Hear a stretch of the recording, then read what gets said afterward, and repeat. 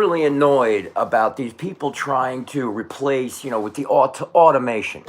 They got automation on my TV. Now, whenever I want to, if the volume is not correct for me, if I want to shut it down or turn it up, let's say I'm watching TV and somebody calls or somebody's speaking. I want to shut the TV down so I can hear what the person is saying. You can't do that because you try to shut the TV down. The smart voice comes on and tells you what the volume is. Hello, the volume is. So you can't hear it anyway. If you want to turn it up, because you missed something on TV, you can't hear what you're turning it up to because the stupid voice comes on loud and kills anything you want to watch. This stupidity. 50 years of computers, and here's how smart they are. Here, 50 years of computers. Now let's go. Well, here's how stupid it is. It knows I'm trying to watch this movie, but it keeps throwing it off. That's another genius aspect. I got to use two different remotes, and at 50 years of computers, I got to use two remotes. But let's say I want to hear this more. I want to turn it up because I can't hear what's going on. So let's turn it up. What do you want to hear? No, we can't turn it up anyway. All right, well, here's muting. It's got to yell the volumes off. Audio on. Yeah, you hear that voice, that one? Volume 30. Volume 16. Volume 19. I want to turn it up so I can hear what they're saying, but I can't because her mouth is going. Why? If I'm turning it up and I want to hear what they're saying, why is her mouth on there? I surely don't want to hear her talking over top of the TV. When I turn the TV down because I want to hear something else going on, here's what happens. Volume 30. Volume 11. The woman's voice goes, I'm telling you what the volume is. But see, she's talking over. If I want to shut the volume off, like mute it, then her voice comes on telling me it's muted. Volume 45. Audio off. Volume off. See, now I get quiet, but her voice is totally unnecessary. Totally unnecessary. And the louder it is, the louder her voice goes. Volume Also, if you watch, they can't replace humans no matter how hard they try. All the automated phone calls that I get, you get the automation phone calls. You know how hard it is to make them understand you want to talk to a real person? It's just about impossible. You have to keep repeating yourself over and over again. They don't get it because you can't ask a computer a question and have them answer you. It just doesn't work. They can fake their way around it a little bit, but it doesn't work out. They've had 50 years to figure out how to make a robot. I don't see any. Where are they? They're on TV. But I don't see them wandering around. What about those little carts that people got onto? $1,500 a piece. I forget what they call them. They were little two-wheel things like whatever. You lean forward. They work by gyroscopic, whatever. And you lean forward, they go. But you don't see everybody riding one. The guy, they invested money in that. It was like, here's our advance. Computers haven't advanced anything. The only good thing about the internet, it's going to bring the end of the age. Because now the Bible has reached everywhere it's supposed to reach, and that's all Christ wanted. That's what God wanted. Everybody to be aware of the devil and God, and to make your decisions. Choose your God, whether you want God in your life or nothing, and then have Christians come along and try to make you understand that you're choosing the wrong path. And then you keep choosing the wrong. Like Ravi Zachariah was talking to a gentleman in the office, a Muslim, whatever he was. And he asked one simple question, and this is beautiful. He asked the gentleman, if I showed you that Christianity was true, would you become a Christian? And he said no. At least he was honest. The automation thing is just scary that they try to do this. They're trying to remove the people from having to answer the phones. And it's not to help that you save the people from having to be harassed, when you should be harassing the people that surround themselves with a bunch of low-paid, way underpaid people that can't even pay their rent with that single job. They have to have 2 or 3 jobs to pay their rent, which is just ridiculous. I mean, you have people with 4 or 5 houses, and then you got other people that don't have any houses, like paying a rent to some slumlord somewhere, like I am, $1,300 a month. If I made $15 an hour, which is what I was working for, it comes out to, I don't know, what, $1,200? No. It comes out $1,500 a month, somewhere in that neighborhood. And my rent's $13. That leaves me with about $100 and some to pay my car insurance and everything, food and everything in the rent. I even went down to get food stamps, right? And I tried to explain to him that at the end of the month, I only got $150 left for the whole month. That didn't matter. They didn't care. They weren't giving me food stamps. No way. I got nothing. Zero, nada. No help from them. In fact, they were rude, actually. It was almost one time, this is no lie, I was in the welfare office speaking with one of the people trying to keep my food stamps that I had when I didn't have any job. Of course, they wouldn't help me with any money, and they didn't help me with a place to live, but they gave me food stamps, which is cool. Okay, that's great. A homeless person with food stamps, at least you can eat. So I'm in the office talking to a guy. He's a guy telling me, he's coming up right up top of his head. I believe that if anybody, I don't care if you got cancer or you're paralyzed, you should work. I'm listening to this guy. Yeah, what's your point? Okay, but he was just, he was trying to be neighborly. He understood that I was not a person trying to avoid work. I was whatever. But that was his beliefs, whatever he can have. But it's got nothing to do with the story. He accidentally hit the panic button underneath the table. Whereas people have those buttons under the table if they're being threatened or whatever. They push the panic buttons. All of a sudden, police show up. It's in a welfare office. There is a cop shop in there, but it's like on the other side of the building with a park, whatever. The point is, he pushed this button by accident because he was being really relaxed and stuff, and he hit the button. So all of a sudden, we got cops in there. They didn't believe him that he accidentally hit the button. They wanted me to be guilty so that they could beat me up.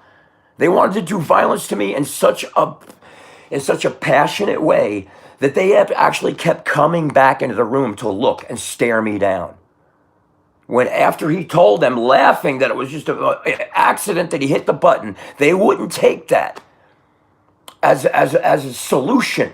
Their solution was do violence. Look for trouble where there is none. That's dangerous. That's real dangerous. I love the fact that the police are standing outside of the prosecutor's office in Chicago demanding her resignation. I love that. Why can't the mayor do that? Because the mayor's in on it all, okay? But the point is, this is no longer my country. It was yanked out from under my feet a long time ago. I reside here, that's all. Just like, living on the planet Earth, it's just a sojourn. But the things I see going on now with the freshman congresswoman in yelling for the genocide of the Jews, she wants to kill women and children. Nancy Pelosi stands up and she didn't stop her. So that's advocating it. So you got Nancy Pelosi, the head of the Democratic council. Well, I don't know what she is. I think she's the head of the Democratic National Foundation. I don't know what. She's a Democrat that people listen to. And Nancy Pelosi did not condemn the speech of this freshman Omar from Minneapolis, from Somalia, married to her brother. But I'd like to love this woman out of her hate. Our problem is here, we got to understand where this hatred is coming from. Now, definitely is coming from Islam, but it's also coming out of the heart, breadbasket of the heart of this country, which is Minnesota. They set up these enclaves and go by Sharia law. They have no intention of following the laws of the United States. They hate the United States with a passion, just like the Democrats do.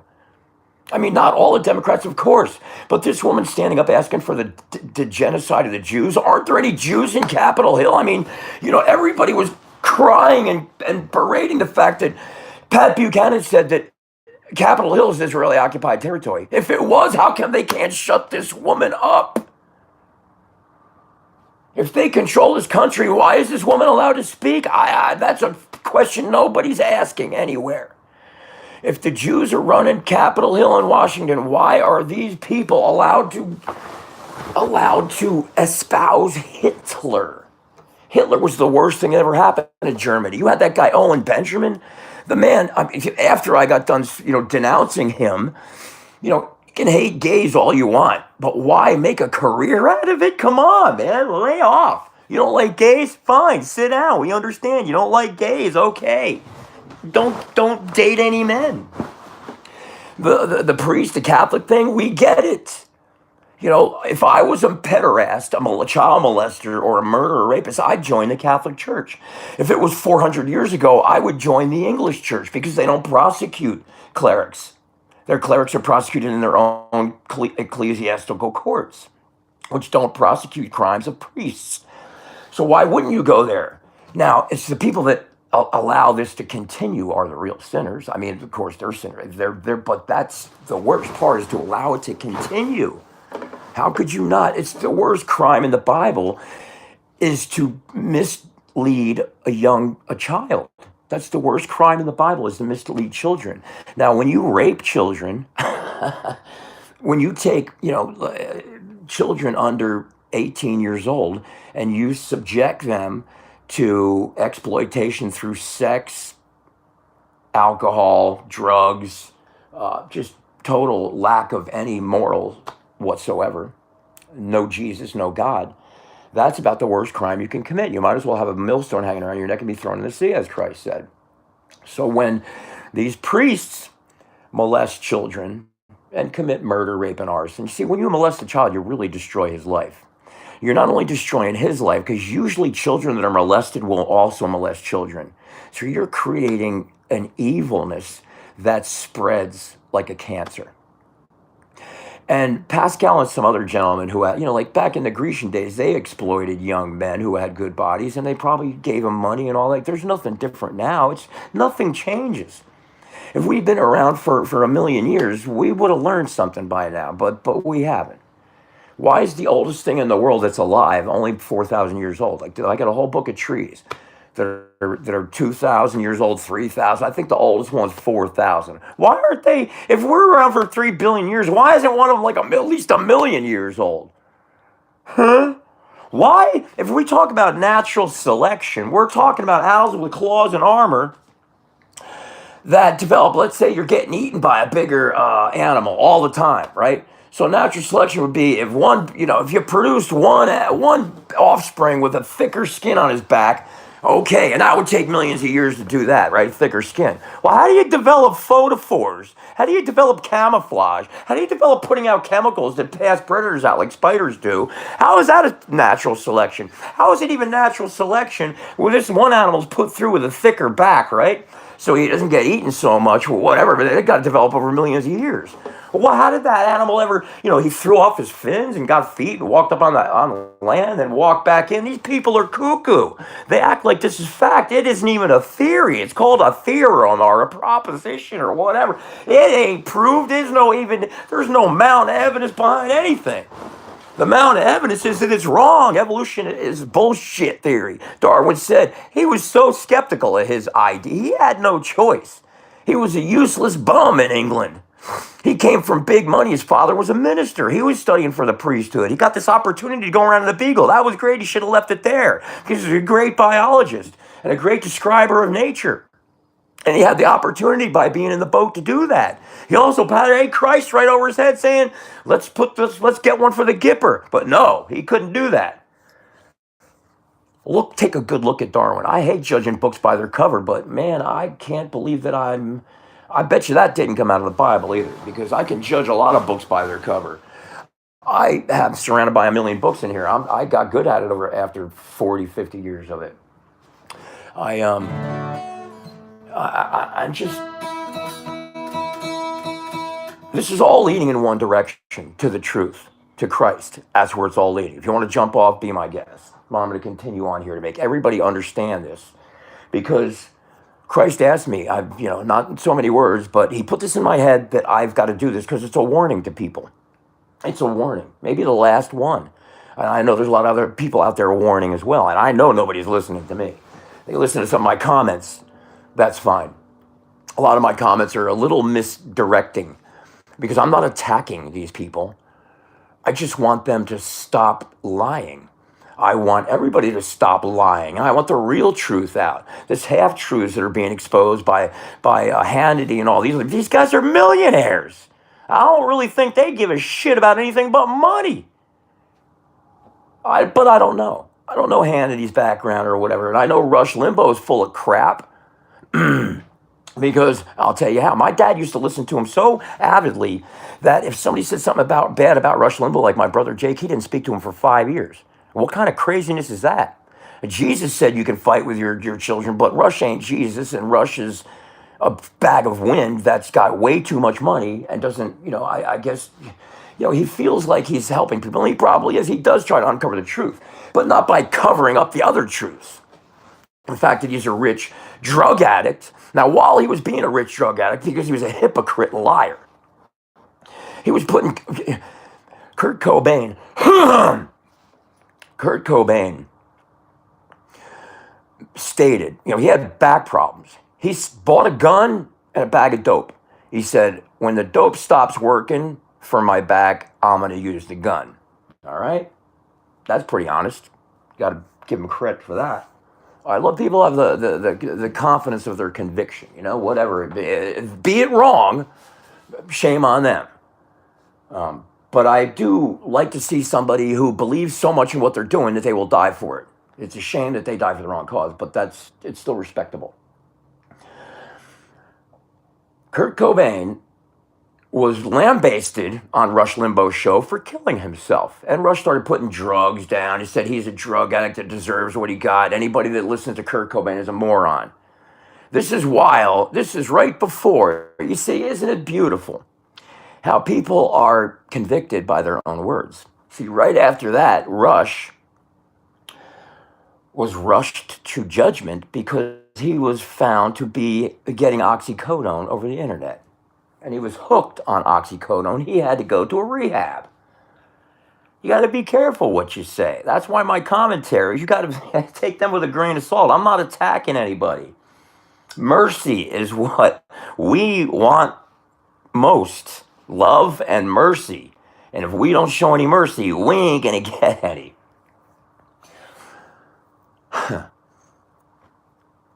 Kurt Cobain, also, I got to say that Kurt experimented with, and he experimented with Jesus, but you cannot destroy God's temple and go to heaven. I really believe that. When I was a kid, I used to see these near-death experiences in the movies. When they used to, man, let me tell you something. The Shroud of Turin has been around since 1500, and I don't know whether it's real or not. I kind of doubt it. On this movie, this is the four Gospels that they do word for word, verbatim. Of course, they gotta, give it flavor. So they gotta show pictures of these people who are representing biblical characters, real characters, and they put hesitation. And timing is everything, people. You gotta understand. I never heard anybody say it before, but, I always heard location, location, location. And that's just plain wrong, wrong, wrong. It's timing, timing, timing. And that's absolutely everything. Because location means nothing. Jerusalem 100 years ago was a desolate wasteland. Look at it now. That's just I don't know why that jumped into my head, but it did. Location, you could have, like the bottom end of Broadway, which is a junkyard. I mean, it's desolation now. There's nothing open down there. But back, sometimes it was worth money and people wanted to invest in it. Now they just paid $3 billion to put a Jewish visitor center in West End. The place is bigger than West End. It's an eyesore. It's a monumental, ridiculous, whatever. I don't even think that many Jews live in fact, no, the only Jews that live in West End are the ones that live in the condos that they used to be just a parking lot for Mac Embers, where Bruce Springsteen used to play pinball. Bruce Springsteen, here we go. He's a jackass too. This guy, he lets Asbury Park represent him, and he lets it be a ghetto for friggin' for pederasts and sodomites. That's what it is. It's a big bar. I was talking to a Jewish guy yesterday in front of his building, and so every time I start talking to him, I mentioned Kaduri and all that stuff. They get real interested until I mention Christ, and they put their fingers in their ears and walk away. Say, I can't take this teaching because God has stopped up their ears and eyes. If Jesus was accepted by the Jews, we would have never had the pleasure of his everlasting life, because the Jews would have kept it all to themselves, and who could blame them for that? But God is all good. So God saw that he needed to share his grace and love with the rest of the world. And then at the last days, he was going to give the Jews their chance. Because they're the apple of God's eye. He's not going to abandon the Jews. Well, I mean, there's a bunch of Jews that are, believe it or not, are Christians, and they know exactly what's going on. The ones that are controlling the country now are evil Kabbalists. When Rabbi Kaduri's letter went on the internet, he gave the note to his son, which was in code. When Rabbi Kaduri, telling the story over and over again is not a problem. It may be a problem for you to listen to it over and over again, but you're going to have to listen to it. Rabbi Kaduri was told when he was a little kid by a rabbi singer type of guy. I don't know if it was him or type that, but I mean, these guys have millions of followers, millions. I'm kidding you, millions of followers out of respect for their veneration for their age and knowledge that they have of the Bible, which they really don't share really too hard with people, I guess. I don't know. Because if they did, then people would know. I mean, because I started looking at the Jewish aspect of what they teach. And, you know, the rabbis are similar to Catholic priests. They don't really, the Catholic priests are supposed to give a sermon. But I was going to St. Michael's for a couple of times, and I never heard much of a sermon come out of anybody. I never heard anybody talk about the love of Christ and keeping him to your heart. Nobody, it was mostly about, it was like I had a secular a council meeting. That's what it was. It was a council meeting. Whatever. When I drove up to, I was coming from work at 7 o'clock in the morning. I worked overnight at the hotel, making $15 an hour. When I was coming from the thing, I reached in my pocket, I had a 10 and a 5. I was going to go to church. I usually did. I leave a couple minutes early from work, and I could go to the church on the way home. So I stopped in a church because I wanted to worship my God. I stopped in the church, whether they are or not. I stopped in the church. As I was outside, I reached in my pocket to look and see what I was going to give them. They come up twice. And of course, I only throw one thing, and they can come up twice they want. They can put it under my chin and pull my head out. They go, hey man, wake up! You need to give me some more money. Anyway, this Brit had sent me a picture of some island, some big hotel resort, whatever, on an island where they're sending all these peder-ass priests. And I said to myself, am I going to take $5 out of my pocket to give to them to hide a priest in this island? I never went back. I never even looked back. In fact, I started thinking how stupid I was to ever put any, but I never put really any money in there anyway. I can't believe that anybody's actually given any money to the Catholic Church at this point. Don't they realize what that money's going towards? It's going towards misdirecting children. It's going to trying to abort children when they're already alive. The Catholic Church is, they're against abortion, and they are so against abortion and so much for what do they call that? The prophylactic thing,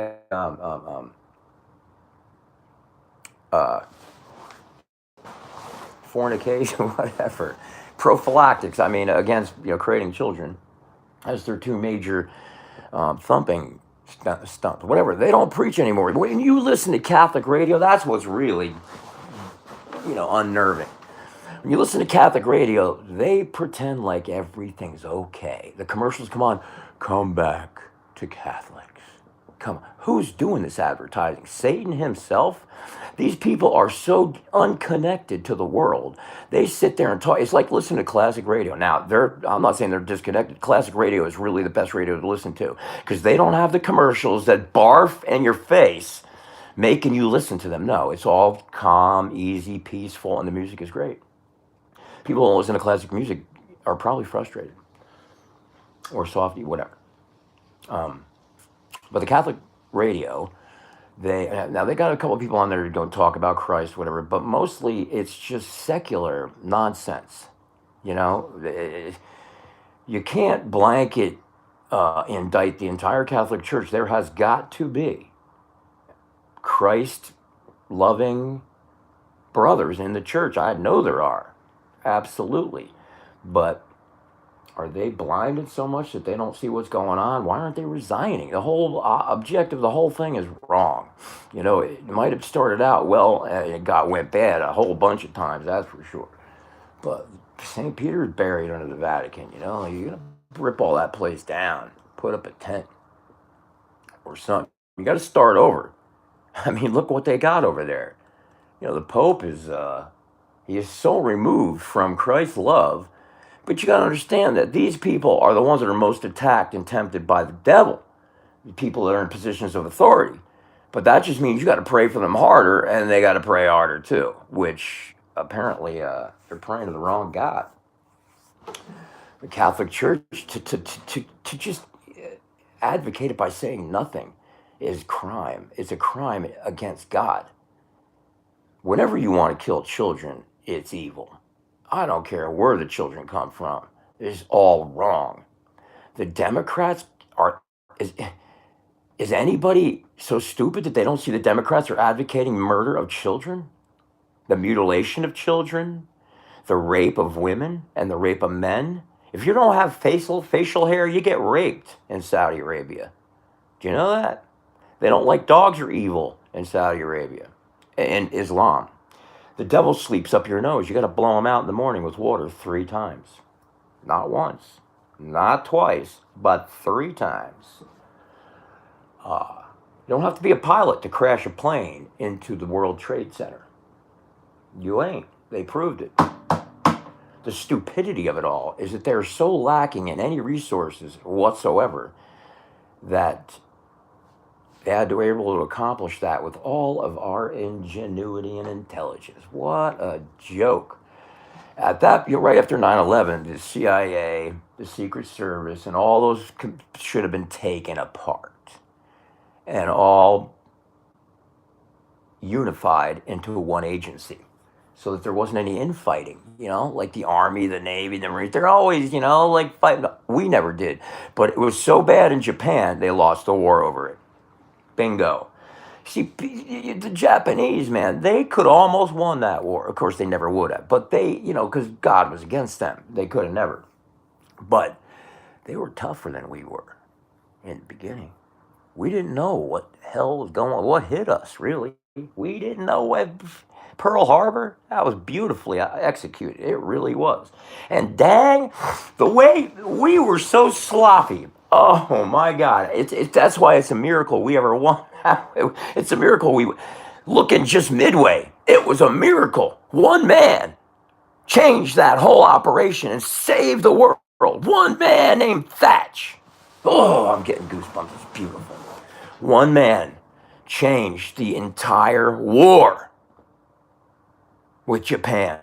One man named Thatch. Him and his disciples. Oh, beautiful. He figured out how to defeat the Zero because God blew it into his head. Thatch invented the Thatch weave, and it was invented, I think, right around the time Midway happened. We were going to be crushed. They had 4 big aircraft carriers. They knew how to sink ships. We didn't. They knew. Because they would come in on attacks on both sides. There was no way to defend against it. They were perfectly coordinated. When we sent our planes out, we were lucky any of them showed up anywhere. They were uncoordinated in their attacks. When they found the 3 aircraft carriers, they were all heading for the first one.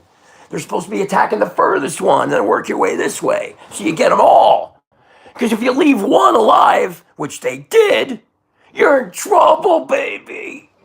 And we lost to Yorktown by that mistake. You could just study one battle and see God in it. One battle. And that battle, God was there. And Japan, at Midway, we would have had no aircraft carriers. I think 1 maybe left. That's it. And after that, it would have been a long slug fest. We would have won, of course. Well, who knows? Who cares? It's not what happened. What happened was Thatch got blasted with the Thatch weave.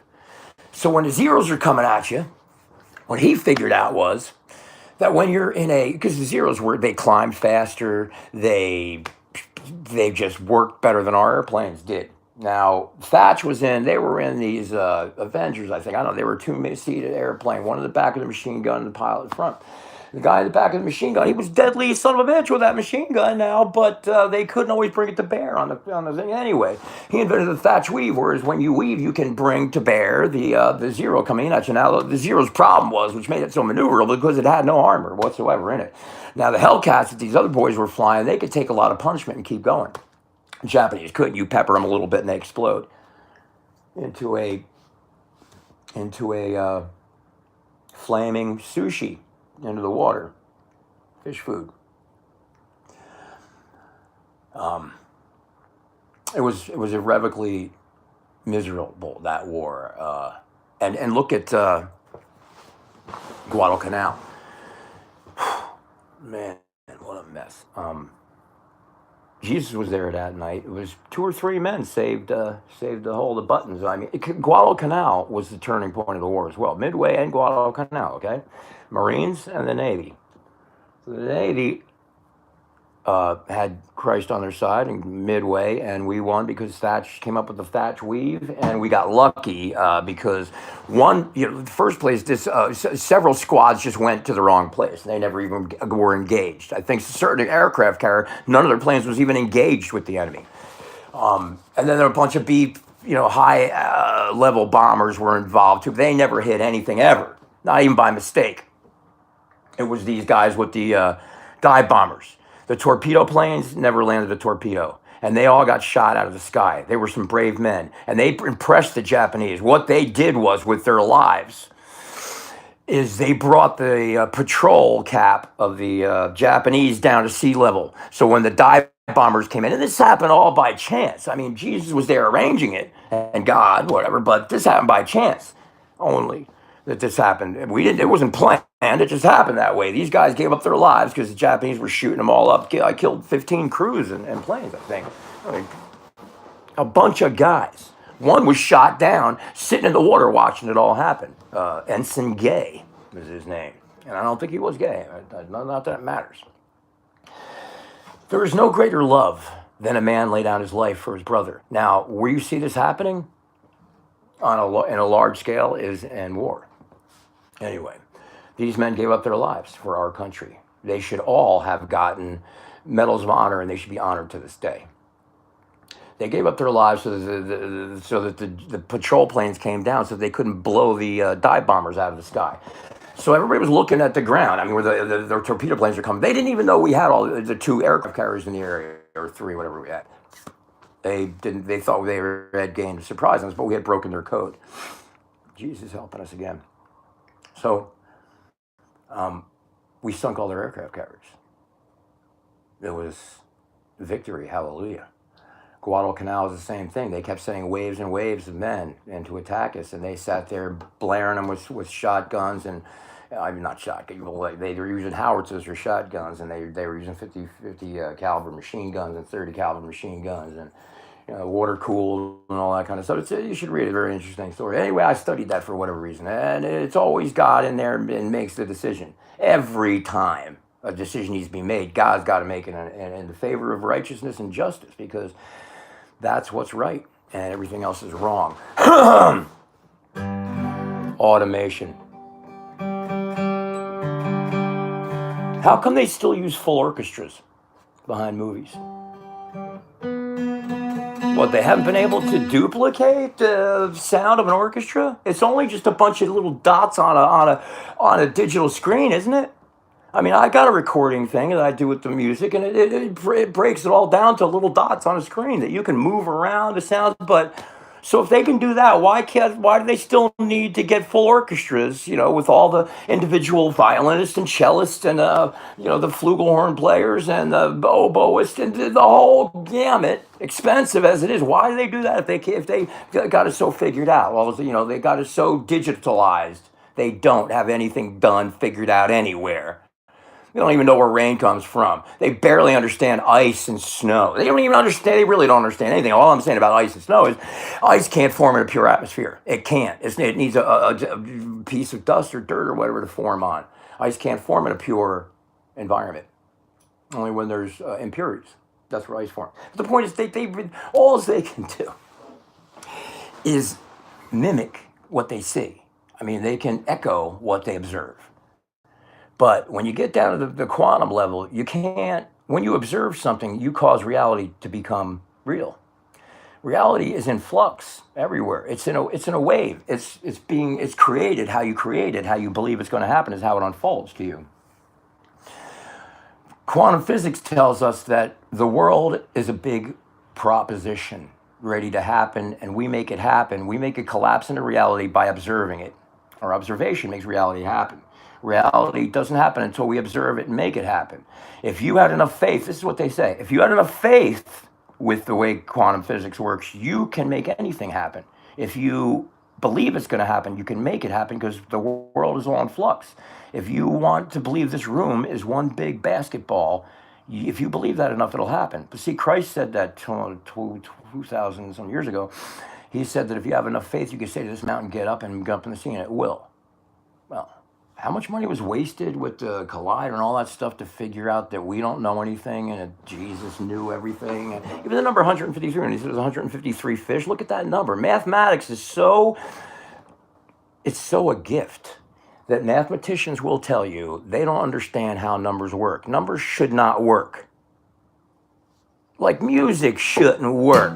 It doesn't make any sense to anybody. Music is such a beautiful thing. All you got to do is walk up to an instrument and you can play. You don't need to be taught how to play. You don't need to go to school. You don't need to have anybody show you nothing. You could just start playing. I walked up to a piano, which is much easier to play than a guitar, that's for sure. Because the piano's right there, everything.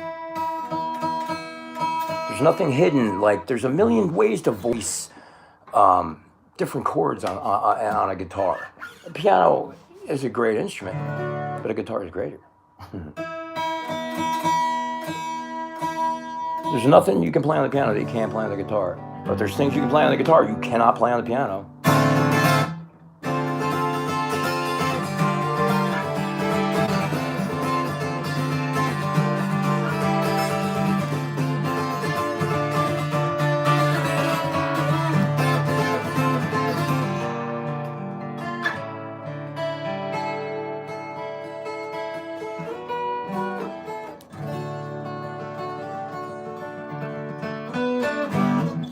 Way out of tune.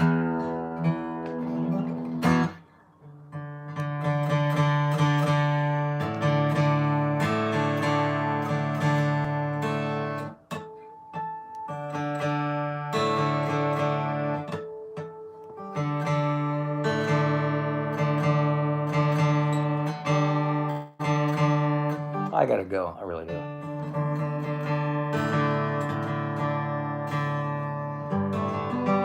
Stinker.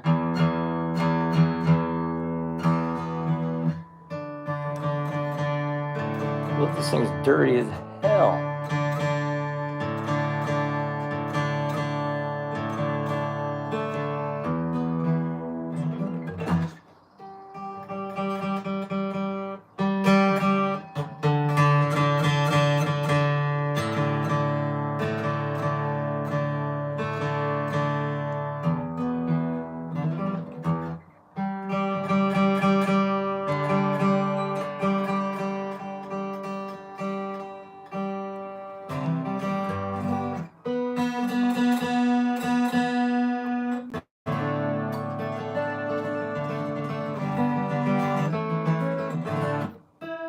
Hey.